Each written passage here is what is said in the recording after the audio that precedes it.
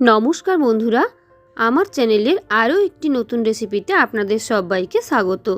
এসেছি গ্রামের বাড়ি, আর জাঁকিয়েও ঠান্ডা পড়েছে, তাই গ্রামের বাড়িতে এই মাটির উনুনে বানানো তন্দুরি খাওয়ার ইচ্ছেটা আর সামলে রাখতে পারিনি। তাই তোমাদের সঙ্গে শেয়ার করব একদম মাটির উনুনে বানানো চিকেন তন্দুরির রেসিপি। তো চলো পুরো রেসিপিটাই শুরু থেকে শেষ অবধি দেখতে থাকো। আর রেসিপি ভালো লাগলে লাইক, কমেন্ট, শেয়ার আর চ্যানেলটাকে সাবস্ক্রাইব করে দেওয়ার অনুরোধ তোমাদের সবার কাছে রইল। দেখো, চিকেন তন্দুরি বানানোর জন্য এখানে আমি 4টে চিকেনের লেগ পিস নিয়ে নিয়েছি।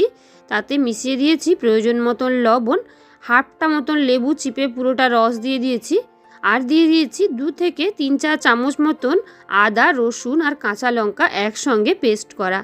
তো ভালো করে এই চিকেনের যে লেগ পিসগুলোর যে কাট জায়গাগুলোতে ভালো করে আমি মশলাটা মেখে নিচ্ছি।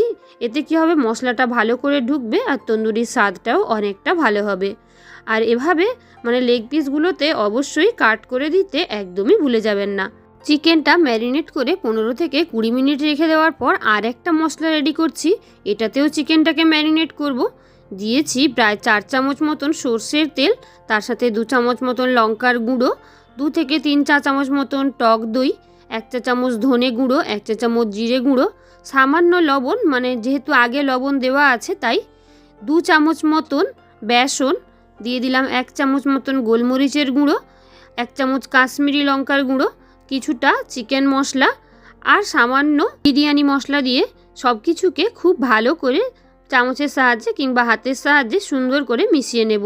দেখো, খুব সুন্দর করে মিশ্রণটা রেডি হয়ে গেলে এবার 15 থেকে 20 মিনিট ধরে ম্যারিনেট করে রাখা চিকেনটা নিয়ে ওই চিকেনের ওপর আমি এই মশলাগুলো দিয়ে আরও একবার খুব ভালো করে মেখে নেব। এই ম্যারিনেশনটাও সুন্দর করে করতে হবে। এতে কি হবে, চিকেনটার যে মশলার ভেতরে যে একটা কাঁচা কাঁচা সাদা সাদা ভাব বা কাঁচা কাঁচা ভাব থাকে, কোনো কিছুই থাকবে না। তন্দুরি হওয়ার পর চিকেনের 2 পিঠ এবং ভেতরের অংশ সব কিছুই খেতে একদম অপূর্ব লাগবে। দেখো, খুব ভালো করে পুরো মশলাটা, যেই মশলাটা রেডি করে রেখেছিলাম, পুরো মশলা দিয়ে চিকেনটাকে ম্যারিনেট করে নিয়েছি।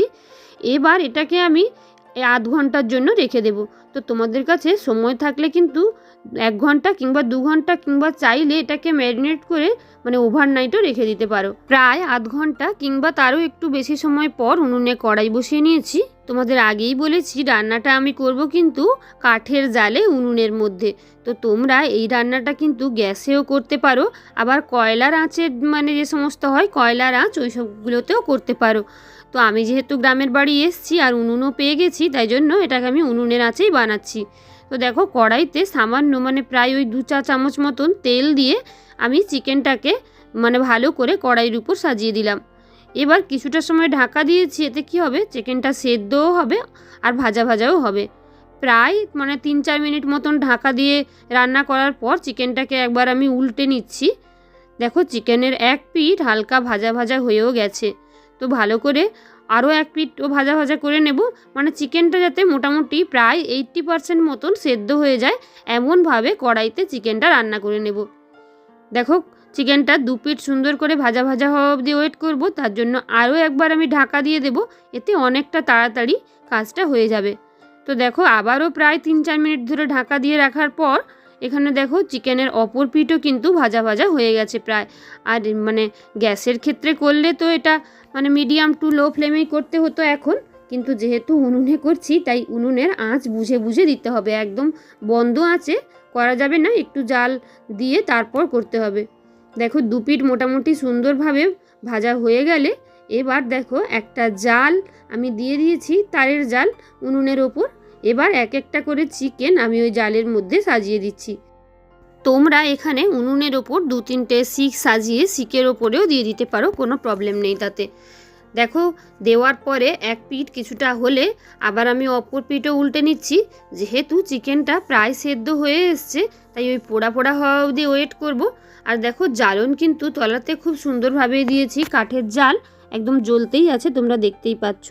তো এক পিঠ হয়ে গেলে উল্টে অপর পিঠে আমি কিছুটা বাটার লাগিয়ে নিচ্ছি। আমার কাছে এখানে ব্রাশ ছিল না, তা না হলে ব্রাশে লাগাতে পারো। ব্রাশ, ছুরি, চামচ যার যাতে খুশি ইচ্ছা 1-2 বার উল্টে পাল্টে এই চিকেনের গায়ে বাটার লাগিয়ে নিতে হবে। এতে ফ্লেভারটাও সুন্দর আসবে আর সুন্দরভাবে রান্নাটাও হবে। তো দেখো বাটার সুন্দরভাবে লাগিয়ে নিচ্ছি। আর রান্নাটা যে কতটা ভালো হবে তোমরা আশা করি দেখেই বুঝতে পারছো। আর সত্যিই রান্নাটা অপূর্ব হয়েছিল। তো প্রায় রেডি হয়ে গেছে, এবার আমি এটাকে নামিয়ে নেব।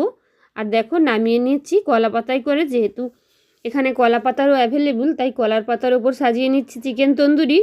কতটা সুন্দর স্মেল আসছে আর খেতে যে কতটা ভালো হয়েছিল তা তোমাদের বলে বোঝাতে পারবো না।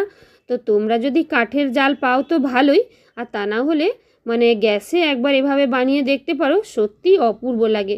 আর বানিয়ে নিয়েছি ধনেপাতার গ্রিন চাটনি। তোমরা চাইলে রেসিপিটা তোমাদের সঙ্গে শেয়ার করব। তো অবশ্যই এই শীতের দিনে যে কোনো একদিন বাড়িতে বানিয়ে ফেলতে পারো। আর মানে দোকানে যাওয়ার তো প্রয়োজনই হবে না, উল্টে সবাই এতটা তৃপ্তি করে খাবে যে রান্না করাটাও সার্থক হবে। রান্নাটা তোমাদের কেমন লাগলো জানিও। আর এই ধরনের আরও নতুন নতুন রেসিপি পেতে চ্যানেলটাকে সাবস্ক্রাইব করে দিও। টাটা।